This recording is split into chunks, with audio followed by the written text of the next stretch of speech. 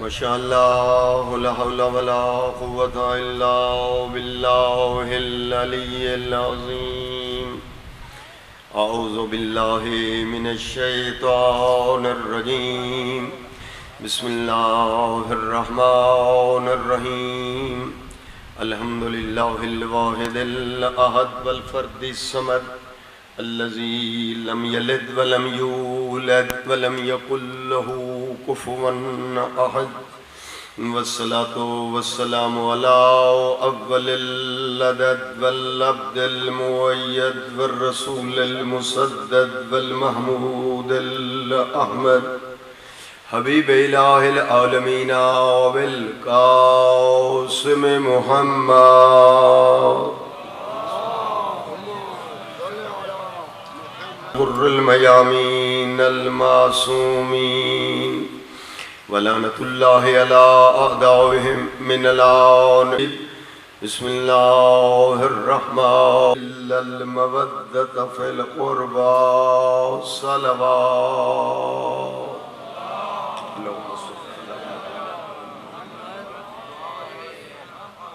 میرا محترم مکرم معظم سامعین گرامی، خوش نصیب ہیں وہ دوست جن کو اس پروگرام میں شریک ہونے کی سعادت نصیب ہوئی.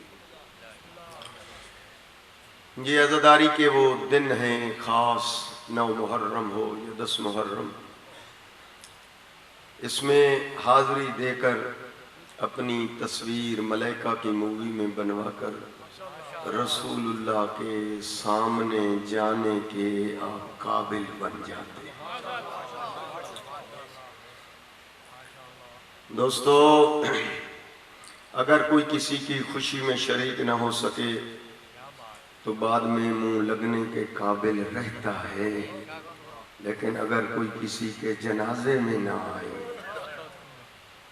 پھر یاد رہے کہ وہ موقع ہاتھ سے نکل جاتا ہے اور پھر وہ ساری زندگی پچھتاتا ہے. اور یہ جنازے، یہ ایام ہیں رسول اللہ کے بیٹے کی شہادت. تو لہذا کوشش کریں کہ جتنا ہو سکے ان دنوں میں آپ شریک ہوں ان پروگراموں میں. یقیناً ظاہر ہے کہ جو بھی کلمہ پڑھتا ہے وہ عاشق رسول تھا، ہے، رہے گا. یہ طے ہے اپنی جگہ پر. تھوڑی تھوڑی بھول بھلیاں ضرور ہیں، وہ مجھے بھی علم ہے، آپ کو بھی علم ہے، ایسا نہیں ہے کہ علم نہ ہو جی. لیکن جو کلمہ پڑھتا ہے وہ عاشق رسول تھا، ہے، رہے گا، ورنہ وہ کلمہ نہ پڑھتا. کلمہ پڑھنا دلیل ہے کہ اس کا تعلق کس سے ہے؟ رسول اللہ سے. وہ کس سے آسرا لگائے بیٹھا ہے؟ شفاعت رسول کا جی. وہ سفارش رسول کا متمنی بنا بیٹھا ہے، دل میں حسرت ہے. اور پھر یاد رکھ لو کہ اگر رسول اللہ رو رہے ہوں اور وہ ہنس رہا ہو تو پھر وہ اپنا حساب ہر کوئی اب کر لے کہ پھر رسول اللہ سے شفاعت کا حقدار بنے گا یا رسول اللہ اس سے منہ موڑ لیں گے جی. ہاں، لہذا یہ پروگرام ہے. دعائیں بھی کافی ذمہ لگائی گئی ہیں جی. یہاں اس حوالے سے مولانا نے بھی گلگت بلتستان اور اس علاقے میں جی یہ سیلاب آیا ہے اور اس سلسلے میں تعاون مولانا موجود ہیں. اس سلسلے میں سید رضا عباس اللہ رب العزت ان کو اولاد نرینہ عنایت فرمائے. آپ دعا کرتے ہیں سید فتح علی شاہ اللہ ان کو صحت کاملہ عنایت فرمائے جی. اور ایک مومن ہے، مومن کا بھائی شاکر عباس، اللہ ان کو بھی اولاد نرینہ بحق کے امام حسین عنایت فرمائے.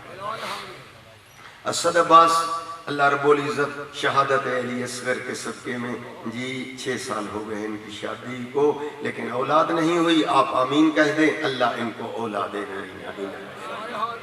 اسی طرح یہ کافی دعائیں ذمہ لگائی گئی ہیں جی. سید شاکر حسین شاہ صاحب، سید ثقلین شاہ بخاری صاحب، ان کے دو بھائی سید اظہر شاہ بخاری صاحب، سید نذیر حسین بخاری صاحب، ان جو بہر ہیں اللہ ان کو صحت و سلامتی کے ساتھ ان کی حفاظت فرمائے. ان کے والد بزرگوار مرحوم مغفور سید نظر حسین شاہ اللہ ان کے درجات بلند فرمائے جی. بلکہ ان کے درجات کی بلندی کے لیے بآواز بلند صلوات اللہم صلی اللہ علیہ وسلم.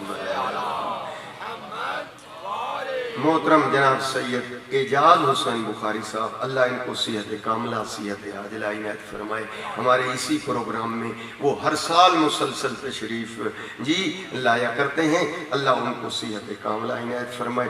سید واجد حسین بخاری، سید خاور حسین بخاری، سید ذوالفقار حسین بخاری معروف سید زلفی بخاری، اللہ ان کو موفق معید کامیاب فرمائے، بلکہ آپ کی خدمت کے لیے ان کو اور ترقی عنایت فرمائے۔ اللہ رب العزت پاکستان کی حفاظت فرمائے۔ اللہ رب العزت ہمارے فوجی حضرات جو بارڈر پہ ڈیوٹیاں دے رہے ہیں یا جو شہید ہو گئے ہیں، اللہ ان کے درجات بلند فرمائے، جو زندہ ہیں اللہ ان کی خصوصی حفاظت فرمائے۔ یہ سب دعائیں جو ہیں اور جو انتظامیہ باہر کھڑی ہوئی ہے اور ہمارا ساتھ دے رہی ہے اور ڈیوٹیاں دیتے ہیں یہ نوجوان یا پولیس ہے، یہ ساری انتظامیہ، اللہ ان کی خصوصی حفاظت بحق شہدائے کربلا عنایت فرمائے۔ ان سب دعاؤں کی قبولیت کے لیے بآواز بلند صلوات۔ انہیں ملک غلام مرتضیٰ صاحب کے لیے بھی خصوصی ملک مرتضیٰ ملک غلام مرتضیٰ وفات پا گئے ہیں نا، ان کے لیے خصوصی دعا ہے۔ یا اللہ ملک غلام مرتضیٰ صاحب، یا اللہ ان کو کروٹ کروٹ جنت نصیب فرما۔ میرے اللہ یہ راہی کربلا تھے، کربلا والوں کے ساتھ انہیں محشور فرما۔ اپنی دعاؤں، اپنے مریضوں کی شفا یابی، اپنے مرحومین کی بخشش، شہداء کے درجات کی بلندی، پاکستان کی ترقی کے لیے بآواز بلند صلوات۔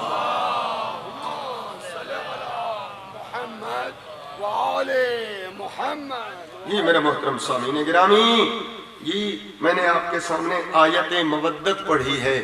آیت مودت قرآن کریم سورہ شورا ہے، 25واں پارہ ہے دوستو، اور سورہ شورا ہے اور اس کی آیت 23 ہے، 23 نمبر آیت ہے، جس میں مالک ارشاد فرما رہا ہے کہ کل میرا حبیب ان سے کہہ دو، یہ جو آ گئے ہیں نا آپ کے پاس کلمہ پڑھنے والے اور کہتے ہیں کہ ہم آپ کو رسالت کی اجرت دینا چاہتے ہیں اور یہ درہم و دینار بھی ساتھ اٹھائے ہوئے ہیں اور کہتے ہیں اگر دولت چاہیے تو حاضر ہے، اگر کسی اعلیٰ خاندان میں رشتہ چاہیے تو حاضر ہے، اگر آپ حکومت کہیں تو ہم آپ کو اپنا حاکم مانتے ہیں، اور آپ چپ ہیں اور کہتے ہیں کہ اجر رسالت میں نہیں مانگتا، میرا مالک کیا فرماتا ہے، تو پھر سن لے میرا حبیب، کل اللہ کا یہ حکم ہے، کل کہہ دو لا اسألکم علیہ اجرا الا المودۃ فی القربى، میں اجر رسالت نہیں مانگتا سوائے اس کے کہ میرے اہل بیت سے مودت رکھو۔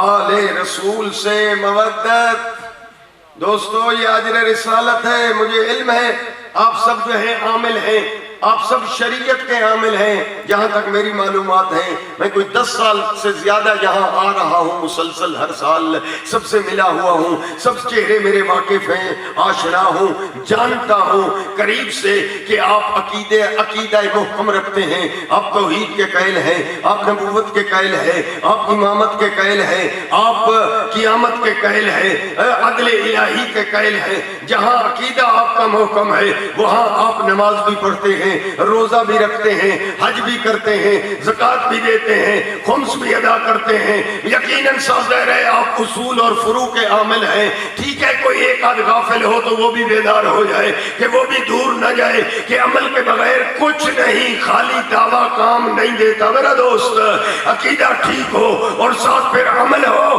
لیکن اس کا اجر جو ہے اسی عمل کی اجرت جو ہے وہ مودت اہل بیت ہے۔ کوئی آدمی اگر عمل تو کر لے شریعت پر، عقیدہ بھی رکھ لے شریعت کا، اصول و فروع کا عامل بھی بن جائے، لیکن اللہ کے نبی فرماتے ہیں اس کی پیمنٹ ادائیگی اجر رسالت کرنی پڑے گی، اور وہ کیا ہے دیکھ کر فرمایا میرے اہل بیت پنجتن پاک سے مودت رکھو ان کے خوشی میں خوش نظر آؤ، ان کی غمی میں مغموم نظر آؤ، نہیں تو میری یاد رکھ لو پاک پیغمبر جن کی زبان پہ وحی کا پہرا ہے فرماتے ہیں اگر کسی انسان کی عمر حضرت نوح نبی کی عمر کے برابر ہو، ساری زندگی نمازیں پڑھے، ساری زندگی روزے رکھے، حج پیدل چل چل کر کرے، احد پہاڑ جتنا سونا فی سبیل اللہ خرچ کر دے، صفا اور مروہ کے درمیان شہید ہو جائے، بیت اللہ کے پاس قبر کی دوستو اسے جگہ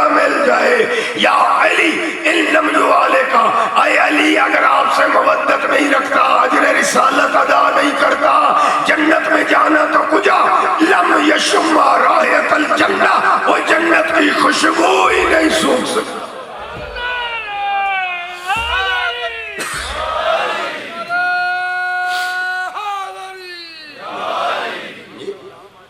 اجر رسالت، میرے دوست، یہ اجر رسالت جو طلب کیا جا رہا ہے، ممکن ہے کوئی دوست یہ کہے کہ حضرت آدم سے لے کر حضرت عیسیٰ تک تمام نے تبلیغ اسلام کی ہے لیکن کسی کو اجر رسالت نہیں ملا، تو پھر آخری رسول سے اللہ نے کہلوایا قل، میرا رسول تو ان سے کہہ دے کلمہ گو سے، لا اسألکم علیہ اجرا الا المودۃ فی القربى، اجر رسالت ہے تو مودت اہل بیت۔ وجہ کیا ہے؟ باقی نبیوں کی زندگیوں میں اجر رسالت نہیں۔ مومن امی بتا دو آخری رسول کی زندگی میں اجر رسالت کا سوال بحکم خدا وہ ہے تو کیسے؟ او میرا دوست، جب بھی کوئی مزدور کام کرتا ہے تو اس کام کرنے کے بدلے اس کو اجر ملتا ہے، لیکن کب ملتا ہے؟ کام ادھورا ہو یا کام مکمل ہو؟ اب ذہن بن جائے تو پھر اساس ہو جائیے۔ حضرت آدم آئے، اسلام کی تبلیغ کی لیکن دین مکمل نہیں۔ حضرت نوح سرکار آئے، دین کی تبلیغ کی پر دین مکمل نہیں۔ چلے آئے حضرت ابراہیم نارے نمرود تک گئے لیکن دین مکمل نہیں، پیغام پہنچایا۔ حضرت موسیٰ آئے، حضرت عیسیٰ آئے، سارے نبی آئے، حق ادا کر دیا ہر نبی نے، لیکن کام کمپلیٹ نہیں ہوا۔ آخری نبی آئے، کام شروع کیا، توحید بتائی، عدل بتائی، نبوت، قیامت، جی شرافت، غیرت، جی شجاعت، حریت، ہر شے نبی نے تعلیم دی ہے، پر دین مکمل نہیں ہے۔ حتیٰ نماز، روزہ، حج، زکوٰۃ، جی حلال حرام، اصول، فروع، جزیات، کلیات، سب میرے نبی نے اپنی امت کو سکھائے، بتائے، سمجھائے، لیکن دین مکمل نہیں۔ دین کب مکمل ہوا؟ جب یا ایھا الرسول بلغ ما انزل الیک من ربک کی آیت نازل ہوئی اور رسول نے آیت کی تعمیل میں خم غدیر میں اپنے بھائی علی ولی کو بلا کر اس کا ہاتھ بلند کر کے یہ اعلان کیا، من کنت مولا ہو فہذا علی مولا ہو، جس کا میں مولا اس کا یہ علی مولا۔ اس وقت یہ آیت نازل ہوئی، الیوم اکملت لکم دینکم واتممت علیکم نعمتی ورضیت لکم الاسلام دینا۔ آج دین کامل ہو گیا، آج نعمتیں مکمل ہو گئی اور میں آج اللہ اس اسلام سے راضی ہو گیا۔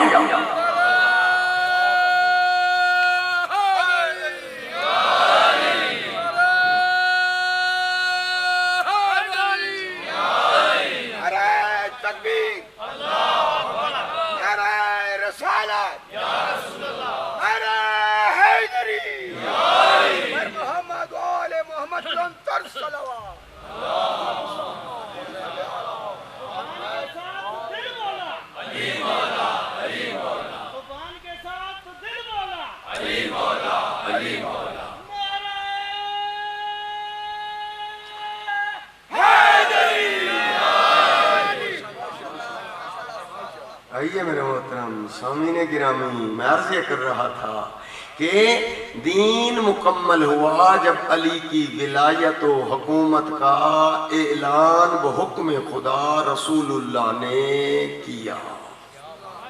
جی میرا دوست، ممکن ہے کوئی دوست گھبرا جائے کہ آخر دین کمپلیٹ علی کی ولایت سے، یہ شیعہ کیا کہتے ہیں؟ جی نہ میرا دوست، پر محبت سے بسم اللہ یہ جملہ کہنا چاہوں گا کہ دیکھیں حضرت موسیٰ نے دین پہنچایا، پر آپ کے ذہن میں ہوگا وہ تورات بدل گئی تھی یا نہ؟ ابھی بھی لاہور سے خریدو، بائبل کی شکل میں چھپی ہوئی ہے، اردو بازار میں ملتی ہے، لیکن آپ پڑھ نہیں سکیں گے، تحریف کر دی، تحریف چینجنگ، اصل کتاب نہ رہی، نقل مطالب اس میں ڈال دیے، اصل مطالب نکال پھینکے۔ حضرت عیسیٰ نے دین پہنچایا ہے یا نہ؟ بتائیں، پہنچایا ہے۔ حضرت عیسیٰ علیہ السلام عظیم نبی، جی آخری، ادھر سے چلے آخری نبی، اس کے بعد ہے ہمارے پیغمبر ختمی مرتبہ، ہمارے نبی آخری ختم مرتبہ۔ جی حضرت عیسیٰ نے کون سی کتاب پہنچائی؟ احکام، جی انجیل، جی تورات حضرت موسیٰ، انجیل حضرت عیسیٰ، جی لیکن وہ بھی خریدیے، اصل شکل میں آج موجود نہیں ہے۔ جو ان کے پیروکار ہیں ان کے پاس بھی کتاب ہے تو تحریف شدہ. تعریف تو سمجھتے ہیں, چینجنگ, یعنی اس میں اصل مطالب نکال پھینکے, جعلی سینے گزٹ جھوٹے مطالب اس کے اندر ڈال دیے گئے, تحریف ہو گئی. دین حضرت موسیٰ والا نہ رہا, تب اللہ نے حضرت عیسیٰ کو بھیجا اور فریش دین بھیجا. لیکن حضرت عیسیٰ کے پیروکاروں نے بھی دین کے ساتھ وہی سلوک کیا. شاید آپ کو ٹائم نہیں ہے کہ آپ حضرت موسیٰ کے دین کو پڑھتے جس کو لوگوں نے یہودیت میں بدل دیا, ٹائم ہی نہیں ہے. اور عزیر کو کہنے لگے یہ اللہ کا بیٹا ہے. اب بتائیں, توحید عقیدے میں بھی خدا کے بیٹے بنا لیے. حضرت عیسیٰ آئے, انہوں نے دین کی تبلیغ کی اور حق ادا کیا حضرت عیسیٰ نے, لیکن خدا کی قسم ان کے امتیوں نے بھی وہی حرکتیں کی, اور جس کا نتیجہ کیا ہوا, حضرت عیسیٰ کو اللہ کا بیٹا بنا دیا. عقیدے کی بات بتا رہا, عقیدہ بدل گیا. اعمال بھی انہوں نے تبدیل کر دیے. اب اصلی دین نہ حضرت موسیٰ کا رہا باقی, نہ اصلی دین حضرت عیسیٰ کا رہا باقی. امت میں انہوں نے تبدیل کر دیا.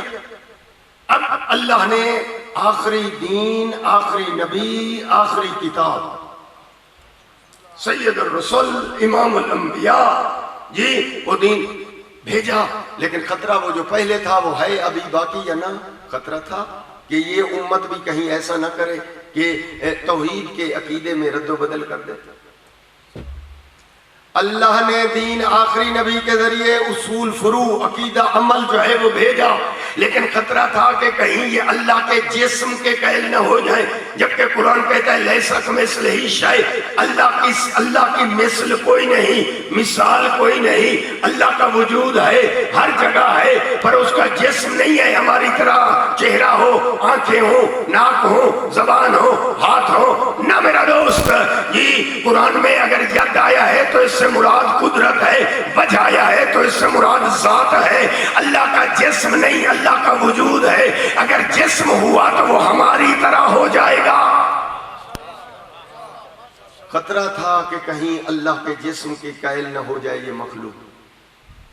پھر خطرہ تھا کہ کہیں نبی کو بھی اپنے جیسا کہنا نہ شروع کر دیں. نہ میں زیادہ کھل کے نہیں کہہ سکتا, یہ آپ کو پڑھنا پڑے گا. تمام فرقے آپ پڑھیں گے تب کھلے گی بات. کیوں؟ اس لیے کہ میں تو دائی اتحاد بین المسلمین ہوں. میں تو وحدت اور ملانے کے لیے, جدا کرنے کے لیے نہیں آیا. ذرا آپ کو پڑھنا پڑے گا یہ سارا. کہ خطرہ تھا کہ توحید بدل دیں, خطرہ تھا کہ نبوت میں چینجنگ, عقیدے میں رد و بدل, خطرہ تھا کہ اس کے بعد جو ہے قیامت میں بھی اس عقیدے میں یہ رد و بدل ہو جائے. خطرہ تھا رسول اللہ نے نماز پڑھائی ہے اور 23 سال پڑھائی ہے, لیکن کہیں یہ امت اس پڑھنے کے طریقے کو نہ بدل دے. خطرہ تھا کہ روزے کے ٹائمنگ میں کہیں امت پیغمبر کی رد و بدل کر کے آگے پیچھے ٹائم نہ کر دے. خطرہ تھا کہ حج میں طواف النساء کہیں ختم نہ ہو جائے. خطرہ تھا کہ نکاح کے سیگے انکاح تو موکلتی موکلی علی المہر المالو قبلت النکاح لموکلی علی المہر المالو, کہ سیگے ختم کر کے اسی جگہ پر کوئی اور چیز نہ آ جائے. خطرہ تھا کہ طلاق جب پڑھی جائے گی, طالقون کے سیگے کی بجائے خط لکھنے سے طلاقیں شروع نہ ہو جائیں, کہنے سے طلاقیں شروع نہ ہو جائیں, اپنے من گھڑت طریقوں سے طلاقیں شروع نہ ہو جائیں. طلاق ہوگی نہیں, وہ نکاح پہلے والا باقی ہوگا, پھر اس کی شادی آگے کر دیں گے. نکاح پہ نکاح ہوگا تو پھر اولاد کیسی پیدا ہو جائے گی. خطرہ تھا کہ کہیں اذان میں تبدیلی نہ آ جائے. خطرہ تھا کہیں وضو میں رد و بدل نہ کر دے, ہے پیاری امت پر وضو میں پھر یہ رد و بدل نہ کر دے. خطرہ تھا کہ کہیں اعمال میں اس لیے حکم دیا کہ میرا رسول یہ آخری حج ہے, حجت الوداع ہے, آپ نے شریعت کا باغ لگا دیا, آپ نے سارے دین شریعت پہنچا دی, پر آپ تو چلے جائیں گے. یہی امت ہے سابقہ امتوں کی طرح, یہ بھی کہیں دین میں تبدیلی نہ کر دیں, کہیں ان کے بھی 73 فرقے نہ ہو جائیں, کہیں ان کے قرآن کے 73 ترجمے نہ ہو جائیں, کہیں ان کے نمازیں طریقے مختلف نہ ہو جائیں.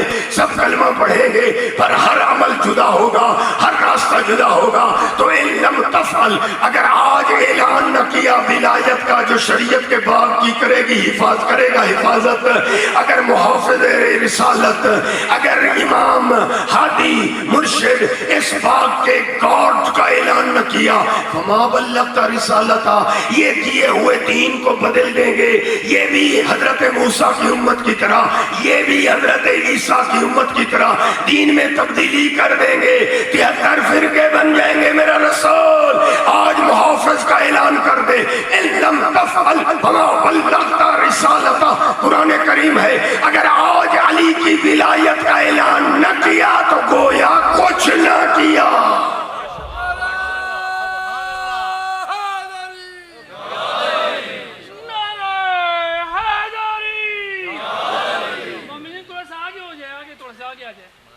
اگر قریب آ جائے تو بعد والے آنے والے دوستوں کو تکلیف نہیں ہوگی۔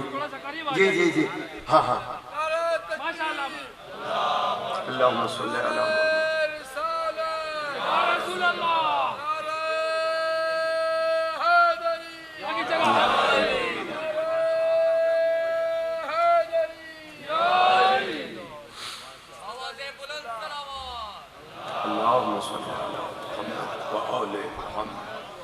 جی جی جی فاصلہ بھی برقرار رکھیں، کیوں؟ اس لیے کہ جی یہ صحت کے حوالے سے کرونا کے خاتمے کے لیے بھی دعا کیجئے، اللہ پاکستان کو اس وبا کرونا سے نجات عنایت فرمائے۔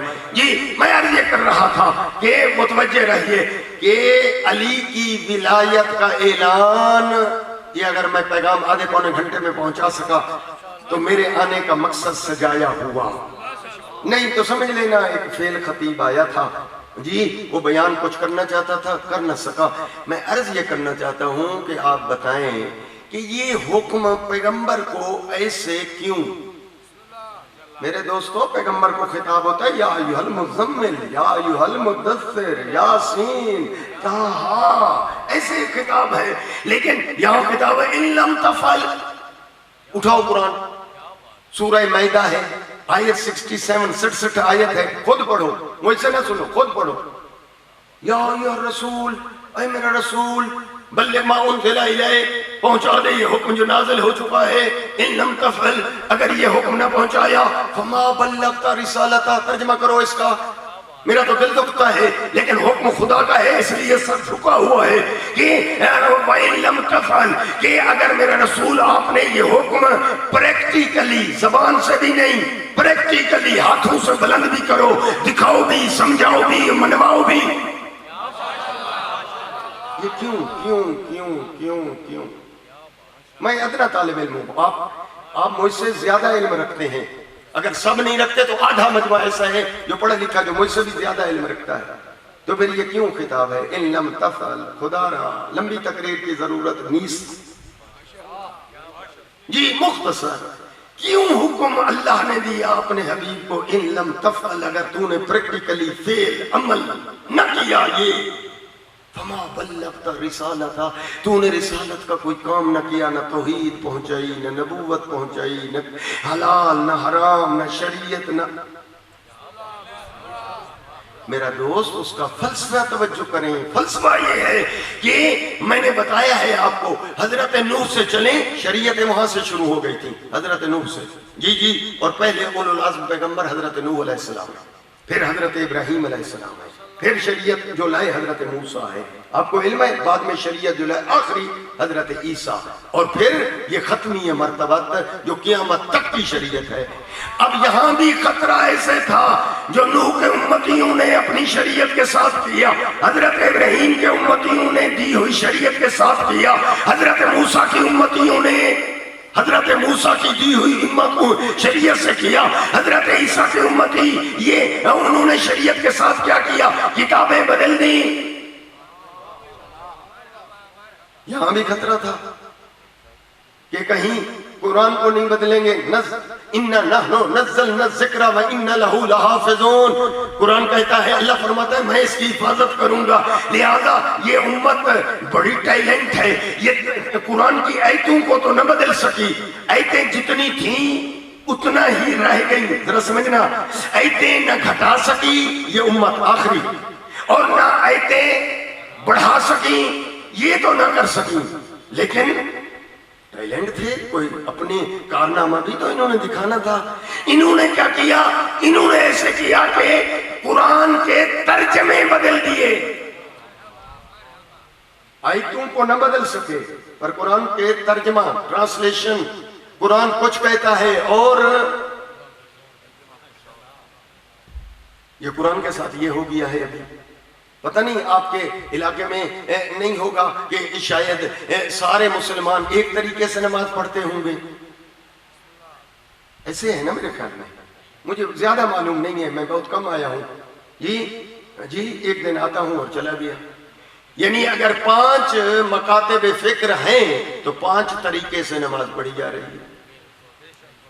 جی ابھی ماہ رمضان گزر گیا تو آپ روزہ کھولتے ہوں گے تو سب اذانیں ایک ٹائم پر آتی ہوں گی. کیوں؟ رسول اللہ نے مختلف ٹائموں پر اذانیں کہلوائی تھیں کیا؟ تھوڑا محبت کریں، ذہن پہ زور دیں. گرمی ضرور ہے، میں بھی آپ کا ادنا خادم ہوں.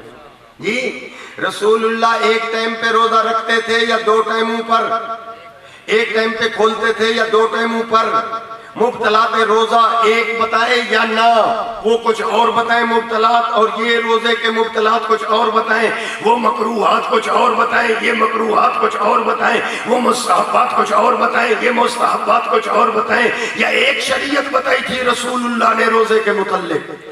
ایک تو ادھر کتنی ہو گئی؟ جی حج میں آ جائیں، مناسک ہوتے ہیں جو حج پہ گئے ہیں، آپ دیکھتے ہیں کہ جی کوئی جو ہے کندھا نکالے ہوئے ہے، کوئی جو ہے دونوں کندھے ڈھانپے ہوئے ہے، کوئی طواف النساء کر رہا ہے، کوئی طواف النساء نہیں کر رہا. جی وہ حج میں تبدیلی ہوئی پڑی ہے. نبی کا ایک حج تھا یا مختلف طریقے حج کے؟ نہ میں سمجھا نہیں پا رہا، میری زبان میں تھوڑی لکنت ہے شاید. جی ہاں تو متوجہ کرنا چاہتا ہوں نا آئے کہ اذان رسول اللہ کے دور میں ایک طریقے کی تھی یا مختلف طریقے؟ ادھر مختلف طریقے ہیں یا ایک؟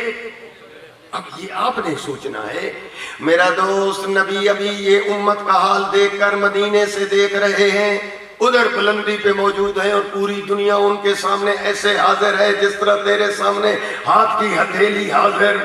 جس طرح تو کلے پہ اوپر چڑھ جاتا ہے پورا شہر دیکھتا ہے. رسول اللہ مدینے میں ایک جگہ موجود ہیں، وہاں سے پوری امت کا نظارہ. تو آپ ذرا بتائیں کہ رسول اللہ خوش ہوں گے کہ میری امت کے نماز کے طریقے اتنے، روزے کی ٹائمنگ اتنی، حج کے مناسک اتنے، زکوٰۃ کے طریقے اتنے.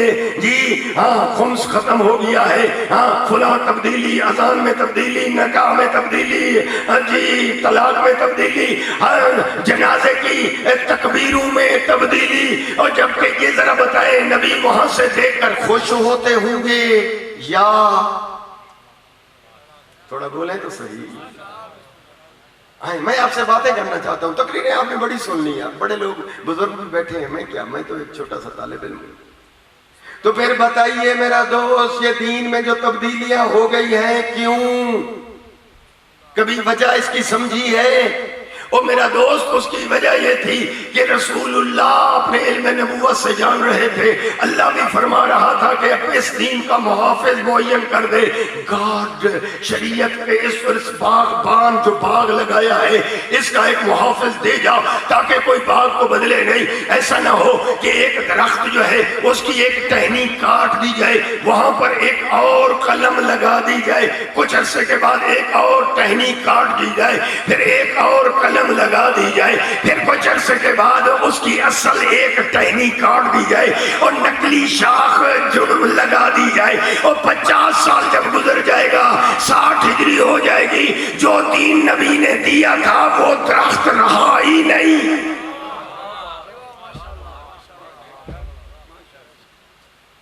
یقیناً یہ ضروری تھوڑا ہے کہ مجھے درد ہے، آپ کو بھی تو درد ہے سینے میں کہ ایسے کیوں ہوا. کیوں؟ اس لیے کہ آپ کلمہ گو ہیں، آپ عاشق رسول ہیں، آپ عاشق آل رسول ہیں. تو میرا دوست یہ خطرہ تھا، ضرورت تھی کہ نبی معین کرے ایسے راہبر جو نبی جیسے ہوں، نبوت کے علاوہ، رسالت کی صفت کے علاوہ، باقی باتوں میں وہ نبی جیسے ہوں. علم میں ہوں تو نبی جیسے، علم میں ہوں تو علی جیسے، جیسے، شجاعت میں ہوں تو علی نبی جیسے، سخاوت میں ہوں تو نبی جیسے، ایسے راہبر ہوں جو عصمت میں نبی جیسے، جیسا نبی ویسا اس کا وسیع۔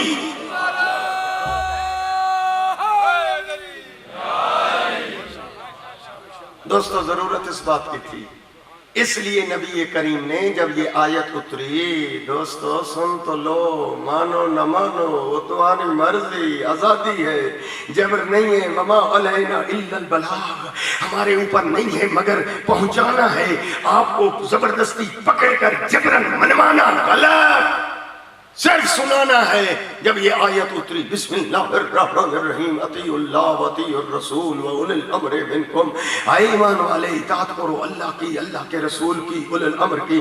صحابہ کرام رضوان اللہ تعالی علیہم نبی کے پیارے پوچھتے ہیں، یا رسول اللہ اطیعوا اللہ، اللہ کی اطاعت بھی آپ نے سکھائی، اطیعوا الرسول آپ نے اپنی اطاعت بھی آپ نے یاد کرائی، لیکن یہ اولی الامر کی اطاعت ہم نہ سمجھ سکے، یہ تیسری ہستی ہے کون؟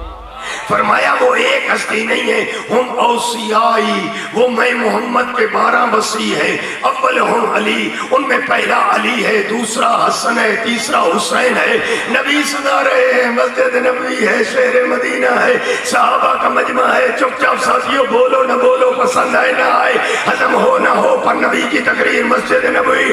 آیت کے نزول کے بعد فرماتے ہیں کہ میرے 12 وصی ہیں، تیسرا حسین ہے، چوتھا زین العابدین ہے، پانچواں باقر ہے، چھٹا جعفر صادق ہے، ساتواں میرا وصی موسیٰ کاظم ہے، او کلمہ گو مجھے رسول برحق ماننے والے سنو، میرا 8واں وصی علی رضا ہے، 9واں وصی محمد تقی ہے، 10واں وصی میں محمد کا یہ علی نقی ہے، 11واں وصی میں محمد کا حسن عسکری ہے، 12واں وصی میں محمد کا جی وہ ہے اسمہو کا اسمی، جس کا نام میں محمد والا ہوگا، جی کنیت ہو کا کنیت ہی، اس کی کنیت بھی میں محمد والی ہوگی، آئے گا تو دنیا ظلم سے بھر چکی ہوگی، یملأ الارض عدلا وقسطا کما ملئت ظلما وجورا، اور ظلم کو نکال کر پیر پھینکے گا، عدل کا علم لہرائے گا، شیر اور بکری ایک گھاٹ سے پانی پیئیں گے، شیر کو جرت نہیں ہوگی کہ بکری پہ حملہ کرے گی۔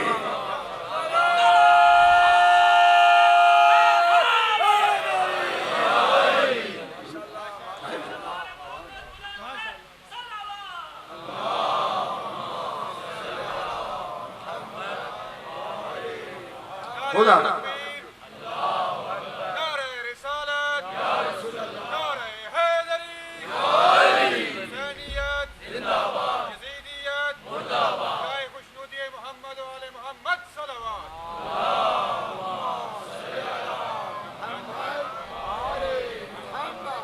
میرا دوست جو بھی کلمہ پڑھتا ہے وہ مسلمان تھا، ہے، رہے گا۔